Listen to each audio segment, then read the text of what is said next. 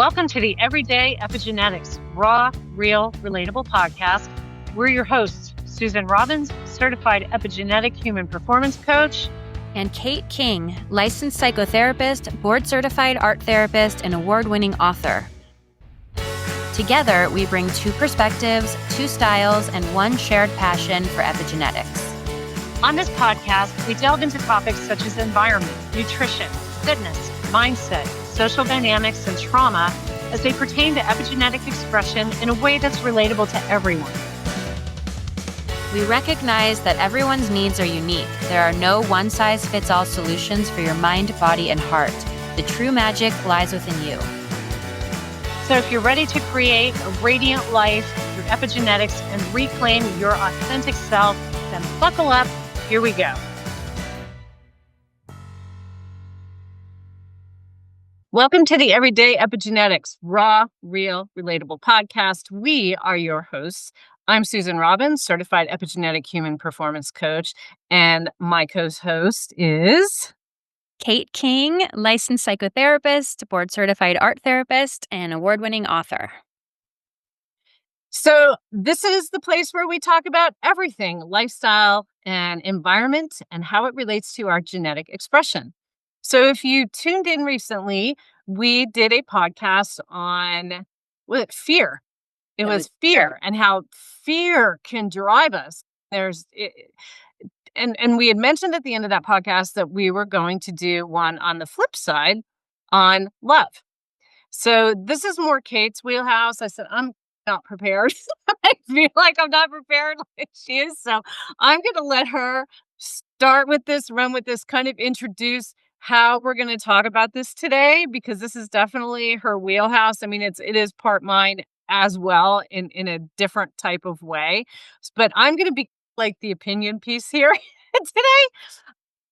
And so I'm going to let her take the reins and roll with this, but get ready to discuss all things love today, because we're in such a world of hate and the fear and the hate, and it's just such a horrible way to live. And it affects every part of our mind, our body, our soul, and how we express epigenetically. And so that's why we decided to do this one on the flip side, because we do know, and this is a fact, that love is the highest vibrating frequency. And we need more of it with others, and most of all with ourselves. So without further ado, here's my lovely co-host and fellow activator, Kate King. Take it away, my friend. All right, thanks. Hey, everybody. Today we're going to be talking about love, which can totally be a triggering word all in of itself. I remember learning from the HeartMath Institute when they were doing brain-heart coherence, which I think I've touched on a couple of podcasts, but you might hear this from me throughout the podcast because it's such a cool body of work that's being researched and studied right now, how we can sync together our minds and our brains to actually change our physiology and our psychology. So what was interesting in the research for HeartMath is they found that when they told people to have an experience of love in their body and to feel it and imagine it and sense it, not everybody had a good experience because people have some really complicated attachments and tethers and traumas that are all related to love that it doesn't always feel so good. So HeartMath ended up going with gratitude and appreciation for their research. So I just want you to know if up first right away you're like, ew, love, this doesn't feel great. This doesn't feel warm. I think that can be really normal. So I just invite you to try to be gentle with yourself as we talk about this and maybe just open your mind. Take the Buddhist psychology perspective of a beginner's mind with this and just see if there's some perspective on love that you can open yourself up to and feel just curious about. Because I really do agree with Susan that love is the highest vibrational frequency when we are in an experience of love, whether it's love with another person or love with yourself. it has really measurable positive effects on the immune system, on your stress levels, your Mhm. heart rate, your emotions. It elevates anxiety and depression to a place that's healthy, de-escalates anxiety to a stable baseline. It can help us heal our trauma from a place of recognition, compassion.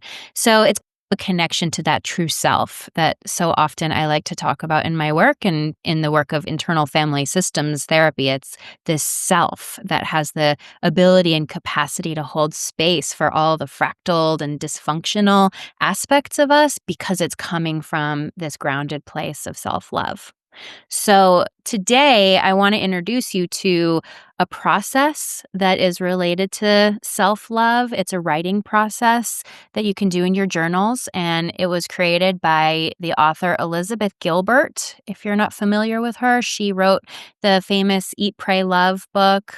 She also wrote a great book called Big Magic about creativity, and she's just written so many amazing books. I'm a big fan of hers and really inspired by her work. And for I think about 20 years, she's been teaching this practice called Letters from Love. And it's her acronym is SOUL, which is Spirit of Unconditional Love. So the prompt is basically she writes to love. And love doesn't have to have any type of spiritual or religious affiliation. It's basically like the thing that we're plugged into that's bigger. So if you are a religious person, this might be God. If you're a spiritual person, this might be the universe. This could be higher self. And if you're just not sure, then you can just write to love as a positive and uplifting frequency that adores you and takes care of you and sees the best in you and in others. So the prompt that Elizabeth Gilbert first started out with her letters to love is she just writes in her journal, "Dear love, what would you have me know today?" And then without overthinking about it, without overanalyzing it, you just write back as love. And it can be directly to yourself, or you can have oftentimes she'll write like a endearment. I think her version of love often calls her honey head or like pumpkin face, like sweet little endearments like that. But sometimes that doesn't feel right for people. So you can just use your name. So love would write back and say, "Hey there. This is what I want you to know today. Here's what's going on in your life. And this is the way I see it from this really unconditional, loving presence." And as this directive developed over time, I think they found that having this "Dear love, what would you have me know today?" could become a little more specific if there's something you're grappling with in life. So, say you're working with a difficult relationship, you could say, "Dear love, what would you have me know today about this relationship?" Or if there's a lot of fear in your life or a lot of hatred in your experience, you could say, "Dear love, what would you have me know about fear and hate?" And then love responds. So this is a muscle that you get to practice. At first, it might feel awkward, weird, a little out there if you haven't done anything like this. And just like any other muscle, it takes a little practice and a little time to strengthen it and to get comfortable with it. But I think for most people, at the end of this writing in their journal, they just feel a little better. They feel a little bit of support coming from a higher self, coming from a deeper place, and it just buoys and elevates them. So, Susan, that's the directive. Okay, so a couple questions. Mhm. So first of all, if you have somebody, first of all, that's not really, because I have clients that are like, I hate journaling. I Mhm. never know what to write. So what about the people that are going to get, maybe, is this more of an intuitive type thing that people should be writing? Is it you just sit there until things pop in your head? Uh, Or i- i- because I could see, could it be creating some stress for some people that would sit there and say, I don't know what to write. Mhm. I have Yes. no idea. So how do you handle the ones like that? Because I can see for some that are maybe a little bit more tuned in Mhm. with their mind, that mind body connection, whatever, like just a little bit have more awareness, I guess, is a better word around things, have done some of the work already. But for, say, like a newbie, that this is like their first thing, like stare at the paper, right? Like me Mhm. trying to come up with podcasts on my own that I used to come up, I was like, I don't know what to do. Th- What would you say to them to make them not apprehensive about trying to do this, or my for my diplos out there to not try to be perfect when they're doing it? Things have to sound exactly as they're supposed to sound. Does that make sense what I'm asking? Totally. Yes. Yeah. Yes, absolutely, and I'm so glad you asked it. So, I think in general, for all things in the world, letters from love, everything, right, from religion and politics all the way to what you eat for breakfast, don't do anything that feels counter to your being. If something feels misaligned for you, if it's not a good fit, if it makes you uncomfortable, if it hurts you on some level, don't do it. You don't ever have to do anything. So if you're listening along and you're like, this sounds terrible, I don't want to do it, you do not have to at all. And it's possible that there might be a different version of self love that will resonate better with you. And I can talk about some other things besides this journaling prompt as well. This is just one of many ways to give yourself self love. And I think that Elizabeth Gilbert designed it to be a writing experience because she's a writer and it's so comfortable Yeah. for her. And this is based on her Substack page. So that's a writing social media, off social media place where it's about writing. And so if writing calls to you and if you're an intuitive person, this directive could be really good. If you're not, and if this isn't feeling good, there are a lot of different ways to express. And I think me being an art therapist, I am all about expression, not just I through was just gonna say that. Yeah.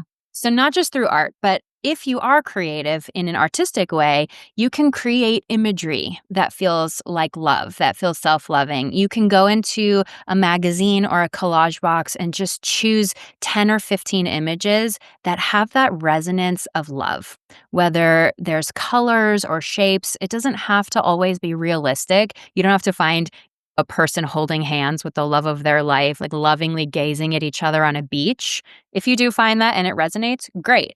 But instead, you might find the image of a sunset, and that feels like love and warmth because the colors resonate or the experience brings up a memory when you really felt love towards Yeah. yourself. So you can create something like that. You can also listen to music that feels really self supporting, really loving. You can have movements, you can stretch, you can dance, you can walk in nature. Love is more of a mindset than any directive or experience. So I invite you to lean into what feels the most loving and supportive for you. If going out and spending some time sitting by a lake feels really supportive and loving, go do that. You don't have to write. If sitting down with your art materials feels like an exploring kind of discovery way to dive into this, go for it. If the letters from love directive feels good, give it a shot. But basically, the bottom line here is that the way that we talk to ourselves matters. That affects our epigenetic expression. It affects us on every level of our being, from the physical to the emotional, energetic, psychological, spiritual. It is all impacted by our thoughts, our beliefs, and our self talk. So, when we were talking about fear and anxiety in our previous podcast, we were talking about how, like, marinating in that state for long periods of time can have a negative effect on your genetic expression, Mhm. on your mental health, on your physical health. Huge. This is the Huge. opposite. So, if you can have experiences of love, connection, compassion, self connection, self love, whether you're loving yourself or you're loving others, it's all the experience of love. Whether you're giving acts of service to others or acts of service to yourself, it is all an act of service. So, when you are giving yourself that higher frequency of these positive emotions, these warmth, like even the gratitude and the appreciation that I spoke about earlier from the Heart Math Institute, these positive emotions have a positive ripple effect that washes through every Mhm. cell of your body. And when you start to think more lovingly toward yourself and others, it stops being something that takes practice and it starts being more automatic because it starts to just be the way that you are and the way that you see yourself in the world. And like anything in life, Yeah.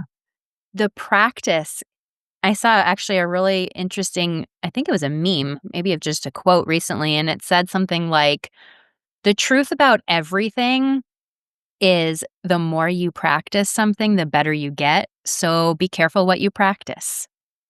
And I loved it so much because here today, I am asking you to start practicing something that feels self loving, whether it's through writing or any other form, because the more you practice it, the better it will get and the more it will shape your life. Have you heard about the 17 seconds No, tell me. where I just remember hearing it, and I can't remember if it was through Abraham Hicks. That's the one that sticks in my mind, where if you focus on something, which of course we want the focus to be positive, but focus on something joyful or that makes you happy for 17 seconds, that it can change everything Mm, for the rest of the day. It can change everything. 17 seconds doesn't sound long, but sit there for 17 seconds with the clock ticking, right? If you're in a foul mood or anxious or something, it seems like an eternity. yeah, Tick, totally. tick, tick, 17 times, right? But if you focus on, again, like the gratitude and appreciation, whether it's gratitude, appreciation, love, they're all higher vibrating than these other frequencies that are just so low vibrating, and we feel it. Mhm. Definitely feel it. The one thing I there's a couple things. So first, when you were talking about doing things that make you feel good, for say a guardian, it's that connection with their loved ones. So for them, couldn't you see that being an important thing to go to connect with someone? Go spend quality time without the damn phones and just spend that quality time with someone that just brings out the best in you. Not a toxic person I'm trying to hold on to or something, but somebody that when you leave their presence, you feel better. You feel energized. They feel energized. It's that synergy that the two of you have. So I think that can be an important thing too. So it's not for everybody needing to do something by themselves. I think we have to cultivate things that are by ourselves that make us feel good. But for some, that social connection, that connection itself is such an important part of their love because they're very giving and nurturing. But to allow someone to give that back to them too and just have that connection that brings that out in them. But I ask people when I'm working with them, let's look at, especially when we're trying to change some habits, let's try to look at why you have this habit. Why are you going for this sugar at night? Why do you have this craving for this comfort food? What's around this? Change it with an action instead of going towards the food. Let's look at what it is. What time of day does this typically tend to have, day or night? And what's happening in your life at that time? Are you watching TV and you're getting all the subliminals coming off of there? For me, I do these I love these cooking competition shows, and I'm going, "Oh my god, that would crush me to eat that, but it looks so good." And I think, "What do I have? I don't need to eat. I don't wanna eat, but it looks good. I can smell what they're cooking." You know what I mean? In my mind, it's so visual for me. Yeah. Uh, but looking at what are other things that you can do? What are activities? And so I'll ask, what's something that makes you feel good? What's something that brings you joy that you do? I don't know. And there's a lot of people that they truly have no idea what brings them joy anymore. So then you Yeah. can also go back to your childhood because for some, some there's there's childhood trauma, but there's also some happy childhoods. Or even if you've had a traumatic childhood, there's usually things that you can remember that were also pretty cool and fun. It's probably But what were things things too just from, like, last year, right? It doesn't have to be Yeah, all the like childhood, but, like, when was the no, last but I'm time just you were saying, like, happy? anything. If they can't think of anything in their I haven't done anything like that in years. Mhm. Okay. What were things you enjoyed doing as a kid? I enjoyed dancing. Okay. What was it that you enjoyed about the dancing? It's the expression, that creativity expression that just allowed them to feel unbridled. Okay, so what about going and taking a dance class? Like, just think outside the box. You don't have to think about, quote, adult things, right? Mm. Um, listen to some live music. The types of music. When you're feeling down, do you listen to music that keeps you down? Do you put on every sad song that comes on? Somebody done somebody wrong songs? Or do you put songs on that pick you up? So I think there's a lot of different ways to look at it, but it may be also that connection. Yeah, But totally. have that freedom to explore what Mhm. brings you joy. You're an art therapist. I've I've have some clients that they were artistic as kids. They love to draw or they love to paint, and then they went to college, and then they had families, and then they had careers, and they got out of that part of them. We'll go Mhm. back and do you don't have to go to an art class, but just get out a sketchbook, start painting, to bring these things back that were before you learned how to be who you are currently, that were things that were part of your core. Yeah. Yeah, and you can also think, specifically to your personality type, your body type, your temperament. The brain doesn't know the difference between what's happening in reality versus an imagined Mm-mm. like any time of imagination or memory. For the brain, it's all input, it's all the same. And so, if you can remember a time where you felt love or connection, puppies are great for this. Babies are sometimes great for this, depending on how you feel about babies. But people, Oh, yeah, yes. that's a mixed one. Puppies are more general. If you can just think about the last time someone did something nice for you that felt really warm, and you don't just think about what they did, but you remember how it felt in your How you body. felt. So here's the thing about love Yeah. is that love is an embodied experience. It's a somatic, it's a visceral, body-centered experience. Because if you think about love, it does go a certain length for you, but it doesn't go all the way unless you're including the sensation in the body. And usually love includes something like warmth or tingles or lightness. It could be in the heart space, it could be in the belly. Sometimes people feel love like in the back of their jaw or in their shoulders. Intoxicating. Mhm. 'Cause love's Right. intoxicating. And Yeah. everything you've just described, Yes.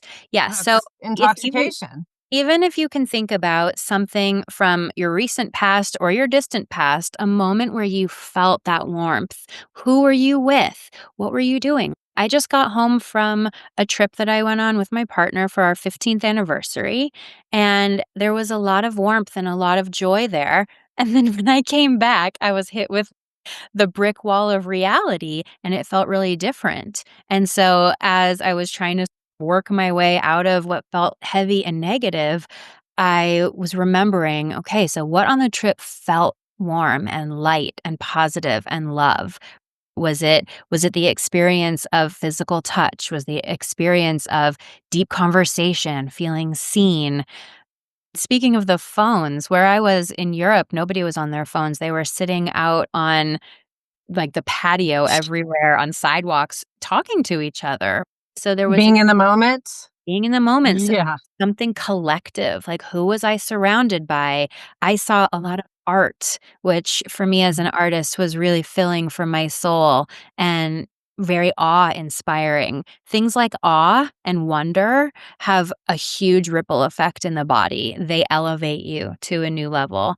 So remembering something, remembering someone or an experience where you felt that love and connection brings you right back there in your body, and then anchoring yourself there by inviting yourself to stay. If you are a writing person or a drawing person, create art while you're in that experience. And if you're not, maybe just close your eyes. Feel into that moment. Give yourself a couple of breaths into what it feels like. What does love feel like in this moment?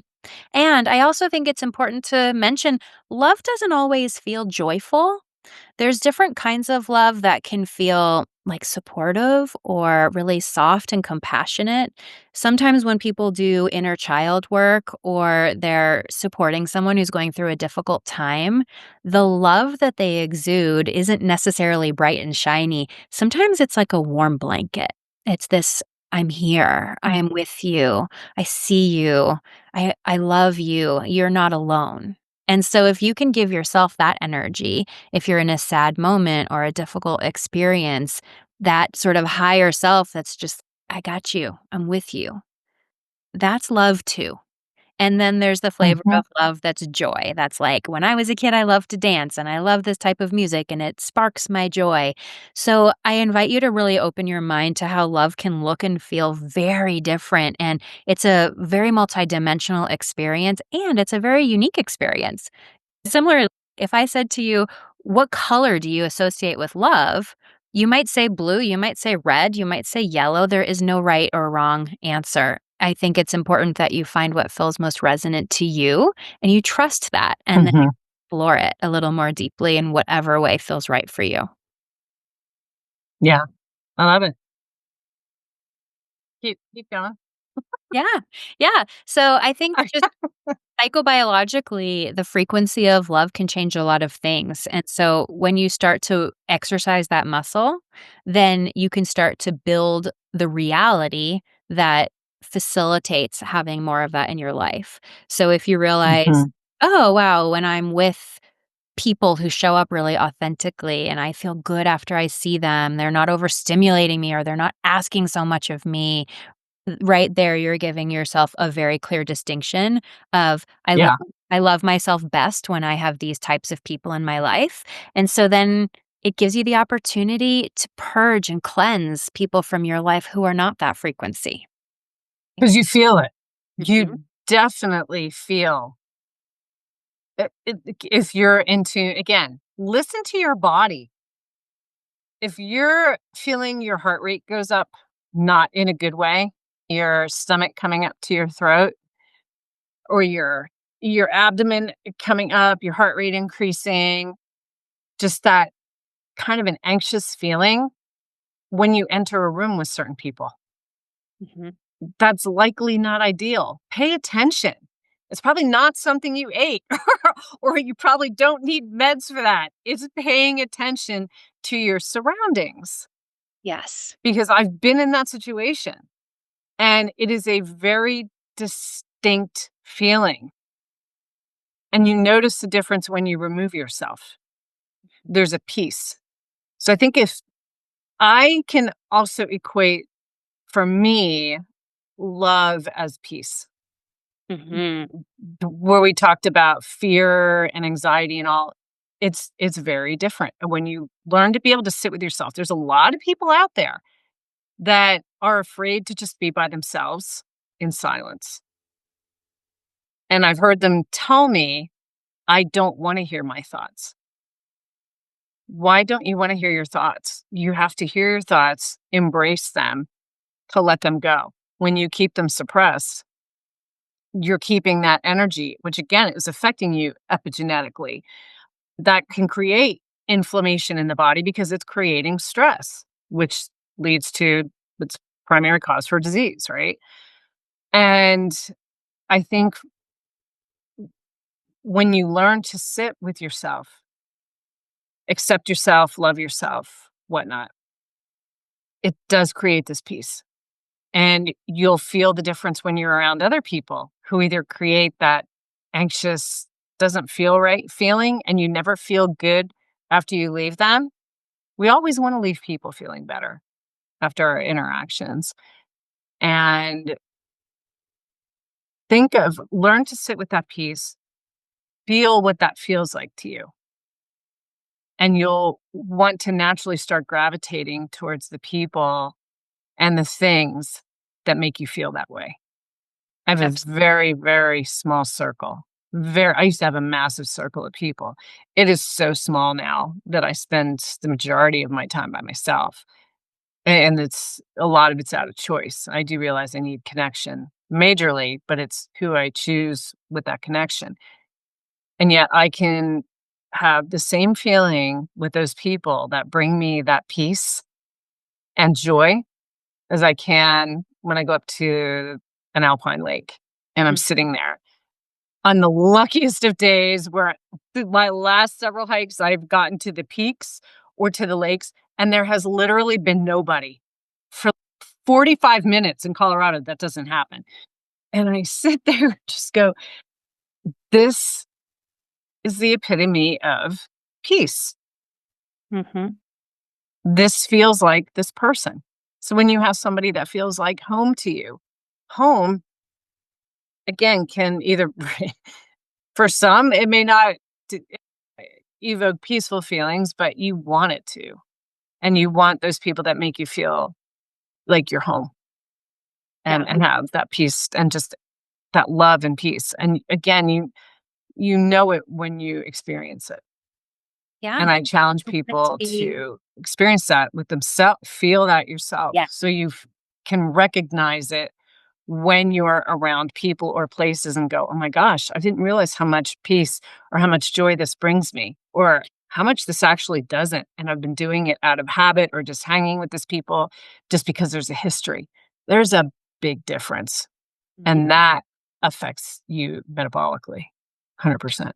And if you feel at home in your own body with your own self, that is the best company that you could ever keep because friendships will come and go. All relationships can pass like waves or like clouds in the sky, but you'll always be with yourself. And so, if there's one relationship that is worth investing in and trying to figure out how to experience love in, it's your relationship with yourself.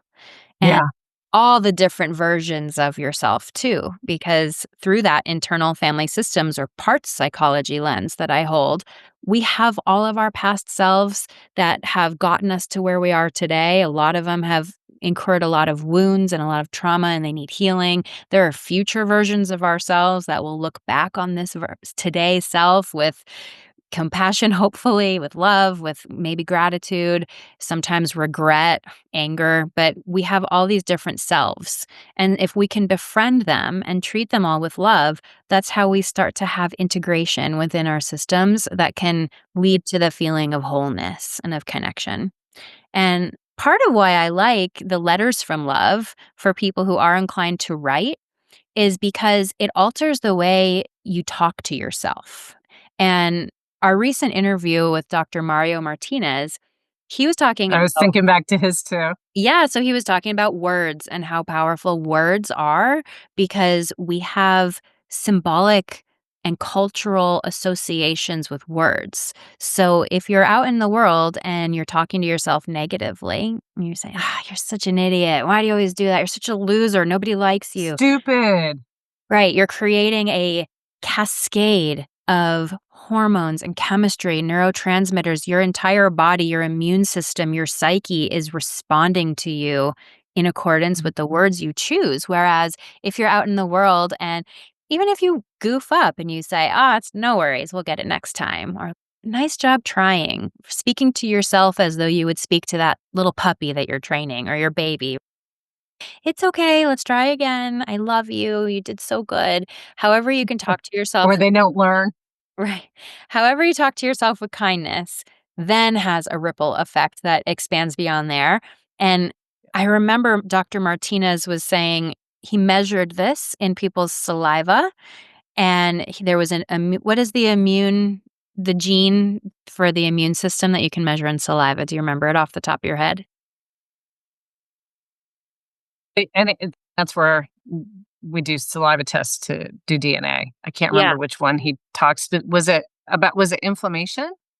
I can't remember, but remember he was saying that if if a waiter is waiting your table and you say thank you to the waiter and the waiter says you're welcome and accepts the compliment, they have Mhm. positive increased immune response and their inflammation goes down. Mhm. They have a positive in the body. But if the waiter responds and says, "Oh, no worries, no problem," they actually don't have that positive response. So the Yeah. words Yeah. that we say to ourselves and also the words that we say to each other, they absorb and they have an effect that goes so far beyond what we can see and feel in the moment, and they set our genetic expression, they set our physical and our emotional experience of life simply based on our association of the word. So if you're speaking Yeah. to yourself through writing, through letters from love, or through any other form of writing, or through art, or through the mountains, and you're using words and imagery to help create a more concrete experience of what feels good to your body, then you're allowing your body to attach these symbolic representations of high frequency and of positive experience with the usage of those words. And the letters from love are just very they're adoring, they're cherishing. It's the Mm. highest, most loving, unconditional presence for you from a higher person in your higher being in your life. And if you don't know what I'm talking about, just go to Elizabeth Gilbert's Substack, Letters from Love, and you can read these for free. She does one every Sunday. It You drops. And so you can read an example of this to know more of what I'm d talking about. Yeah, if you have a link, we can put that in the show notes too. Yes, I absolutely will. Yeah. Yeah, Yeah. and so it's That could just be helpful. really it brings home the words that are loving that your body can then integrate and create that whole experience of embodied self-love. And I think I don't wanna leave out the power of animals either. And it just it's so funny that he popped up, and it reminded me because he drives me crazy. Sam, my little terrorist. This cat, he'll be 5 in June. He didn't purr until he was 4. And all of a sudden last year, I was like, "My god, he's purring like a freight train." He's purring like crazy right now. And cat purrs, they said that frequency is also another one that is proven to bring calm. Mm. And it's so funny because he'll pop up in the living room or he pops up every time I do a podcast. Oh, now he's biting my leg. But, that purr, you just automatically it's like, "Ah, I get it." Like, for the first time, I was like, "Oh, I get it." It really is very calming. Yeah, Some people are dog people. There's your unconditional love as well. When you see you don't have to perform to get it, and you can just be you. Some horses I've never really been a horse person because 'cause I'd never really been around them much, but a guy I knew, geez, 13 years ago, big horseman. So I took a horsemanship course and would go out, go to the barn and brush the horse. And again, you want to talk about bringing in peace through another being, like just feeling that. So that for a lot of people, I'm not talking like snakes. Oh, I don't know anybody finds peace by having a snake, but I guess there's people that do. But I think that's just another form of that connection that can be very peaceful just as you're sitting and just being calm or something might be going riding the horse, having that just that one-on-one, that connection that's just otherworldly for some people. absolutely. But Absolutely. I mean, yeah. there's a whole field of equine therapy where horses are Oh, used yeah. just because of that. I actually recently registered for a workshop for therapists and healing practitioners to do an equine therapy workshop for ourselves for just nervous system Oh, how fun. connection and I think it's exciting to be able to connect with animals that don't have the same ego structure as humans. They're just Exactly. needed, right? Like the relationship isn't performative. It's just a really simple, genuine being to being aliveness. And I think that's really incredibly healing for the horse Yeah. and for the human. Absolutely. It's the connection is for both. Yeah. Yeah. And So I think if it's humans important. aren't your thing, I think it can also deepen human connections when you when you can learn to be you and just kind of let go, let flow with another being on this earth. And there was it was who was it? One of my favorite authors, Don Miguel Ruiz. He did the Four Agreements. It was either in the Four Agreements or the Mastery of Love, which is another one I highly, highly recommend that you read by Don Miguel Ruiz. His books are not long. They're actually they're small. They're not long reads and they're easy reads, but they're profound. And they said, we don't forgive humans when they do things. They piss us off. And we're like, I hate you. I don't want to talk to you. I'm not going to talk to you for a while. But with an animal, we're like, they piss us off. And then, but I still love you. Why do we not do that with humans? Right? Like a Why level of do we? complexity. It Yeah. becomes I think it becomes entwined with ego states and with the levels States. of our psyche and responsibility for each other, codependency, relational trauma. We don't have that as much with animals. It's just more pure, more simple. Yeah. It is. It's pure and simple. Exactly. Really, really well put. Yeah, Uh, yeah. I don't know. I think if we can start looking at others and looking at ourselves with forgiveness and looking for the love instead of punishing, mhm, not just other people but ourselves. mm, Uh, it's it's going to be a much happier life and a happier world when we totally. start to concentrate on that.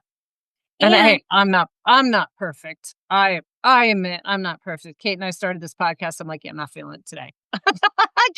nobody I have things nobody's I have perfect. things going on. So you run this one and but we're talking about love and my vibration has risen. And this is on 100 body battery. I woke up fully recovered, 98 sleep score. But the other thing is it's crappy out. I threw the blinds open and it's cloudy and gloomy. And it's so amazing how that affects energy. Mhm.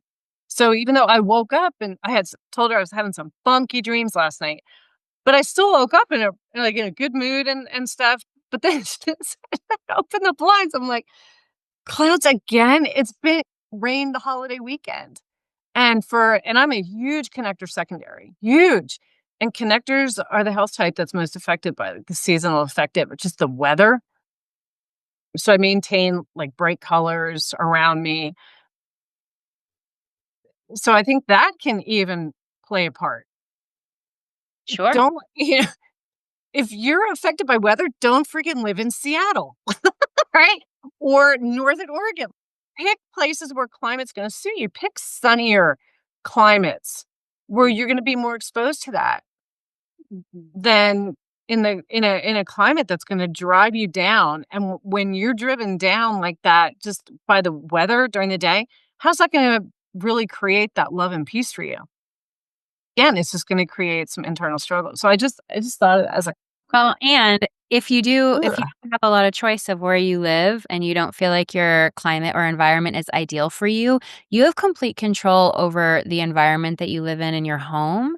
And maybe you have affirmations on your wall. Maybe you choose brightly colored artwork. Maybe there's certain music that you really put into your yeah, environment regular. Maybe there's a little fountain that you have in your home.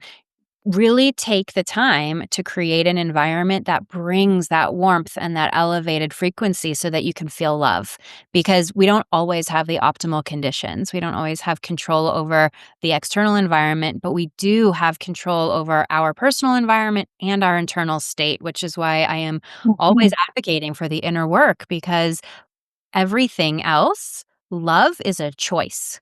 choice. I knew you were gonna say choice. Just say And it's choice. sometimes Yeah, it can be really seductive to choose the lower frequencies, the more negative states, because they feel satisfying in their own way. You can collude with other people in a state of fear. There's belonging with hatred. Brene Brown said one of the strongest uniting forces is to have a common enemy, right? And oh, yeah, that's a we choice. see And that nowadays. if you Yeah, choose if you choose to step out of that, and if you say, I know that's really seductive. There might be belonging there that might give me a dopamine hit, but really that's not a frequency of It's love. not a frequency. Instead, you choose to pick up one of Don Miguel Ruiz's books, or you go find a new artwork print online that has the colors and the frequency and the symbology that brings that love into your experience.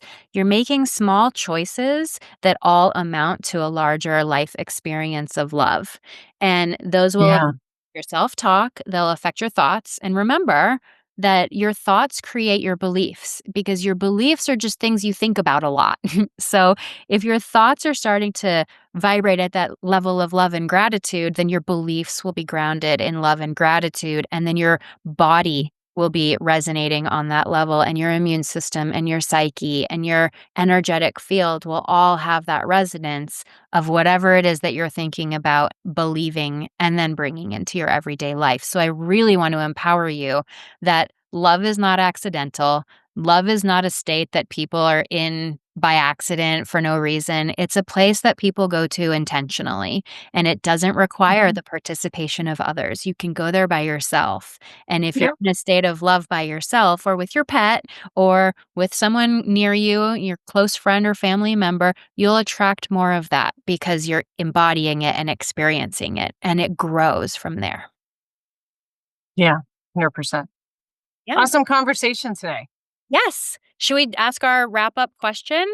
I knew that was coming. That's why I figured we'll wrap it, and I knew you were gonna ask, so go You know, for it. I I'm love ready. I love that question.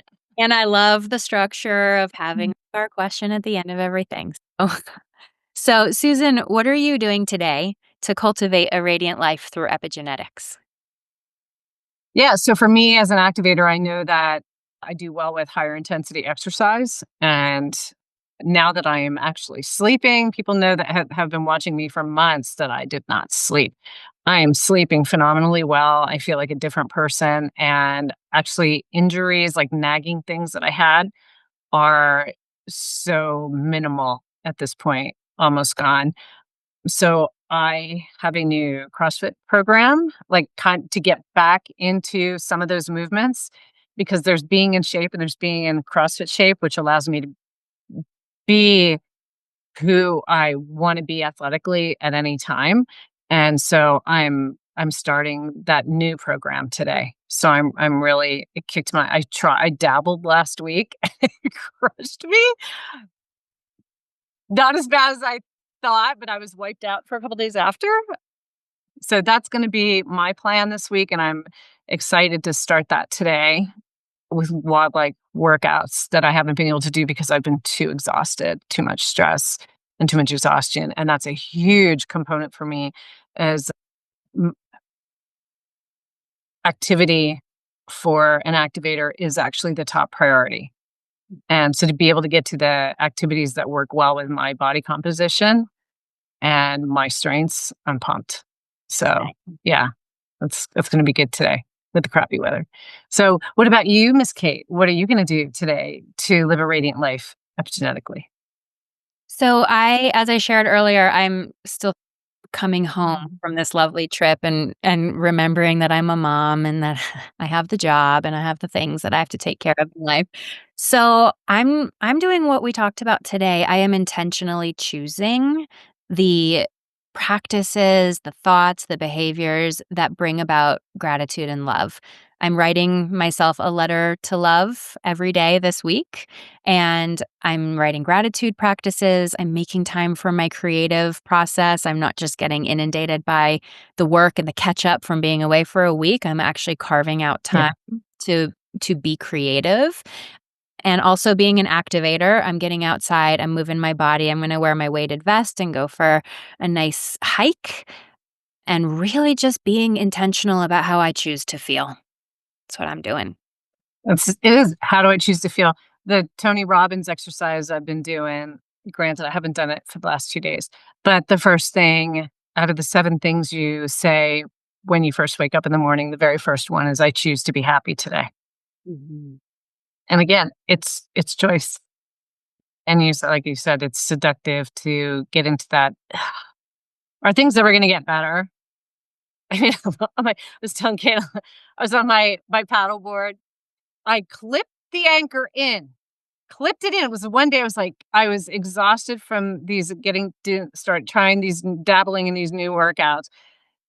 And I had nothing left by Friday. I said, I'm just gonna go. I literally paddled 10 minutes and I anchored down. I wanted to kick back with the cloudy weather. It was still warm.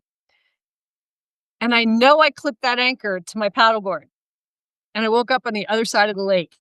Like, whole anchor gone. And I thought, now I have to paddle all the way back over there again. And then the wind would come and then I had to paddle again.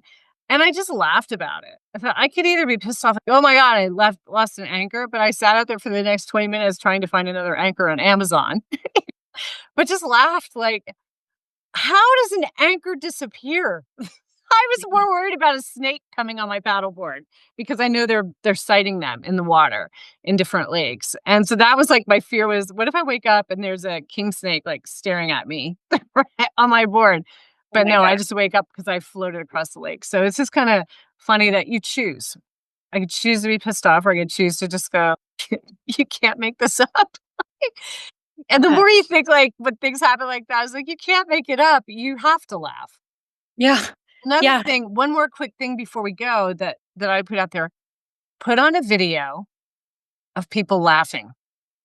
Like, just all out laughing. There's stuff all over Facebook, Instagram of people laughing, kids laughing. It is proven, again, scientifically to be contagious. If you're in a funk, you're like, "Well, I don't wanna laugh." Force yourself. Put put on videos of people or, like, pets, whatever, but people laughing, babies laughing. You cannot help yourself. Yeah. It will, like, legit flip you. Such a good Choices. tip. You know what? Actually, I must have had an intuition to do that because ever since I've had kids, I have in my voice memos, I've recorded them laughing in different experiences, and I've got they're bigger now. They're almost 12 years old and 9, but I have this audio recording of them laughing in the backseat of the car when they're both like toddlers, and it's that cute baby laugh. And I've recorded it as they've gotten older and their laughter has changed. And Mhm. it sparks joy. It also sparks love because they're people who I invest so much in. They're people who I care and love. Yeah. And Yeah. so hearing their laughter not only brings happiness into me, but it also floods my body with that warmth, that oxytocin, all of the connection hormones, the Yep. Yep. prolactin. The So happy rush. it's a good suggestion. Definitely listen to people Yeah, I laughing. watched a video. A guy did an experiment. So he had his friend film him, and he just walked into this group of people, and I can't remember if they were waiting for a train, a bus, or what it was, but he just walks. They're all just sitting there on their phones like everybody is anymore, and he just stands there and just starts laughing, like belly laughs, and at first they're, like, looking at him, and then they couldn't help but start laughing too. Nobody was left on their phone, like, everybody, and you could just see, like, this whole vibration around them just elevated, and I Yeah. thought that was just a really cool experiment where he just stood maybe it's an elevator, I can't remember my mind today, but it was just a fun like, "Why is he doing this?" And then I caught myself laughing too, and so it's, again, super contagious. So let's move towards the things that are contagious and not contagion, right? Like, good contagious stuff, but, fabulous conversation. Yeah. So everybody, share this, share this, share this. The world needs more love, more happy. Let's find the joy in life every day because no matter what your situation is, there's always something to be grateful for. And look inside you. Try some new things and bring out your happiest. So thank you for listening. Get out there, subscribe to our podcast, get on the email list so you're the first to know when new podcasts are coming out and what we're doing because people, we have some kick ass people lined up to record. And we're going to have thyroid, sleep specialist, heart rate variability, and vagus nerve. Oh my gosh, we've got some good stuff coming up. And then, of course, the two of us. So stay tuned, subscribe, hit our like button, share this podcast so we can get the word out there about personalized health, radiant life, and how important it is to be your most authentic self. So get out there, make it a great day, and we'll see you next week. Thank you so much for tuning into our podcast. If you enjoyed this week's episode, we'd love for you to share it, leave a review or comment, and subscribe wherever you listen to podcasts. Help us get this information out to everyone who could benefit, and we'll keep bringing you the content you crave. You can also check out our podcast site at everydayepigenetics.co and sign up for our newsletter to stay updated on upcoming episodes. The link is in the show notes. If you're interested in DNA or epigenetic coaching with Susan, or Radiant Life Coaching for deep inner work with Kate, our contact info is in the show notes below. Now go and make it a great day and let your most authentic self shine.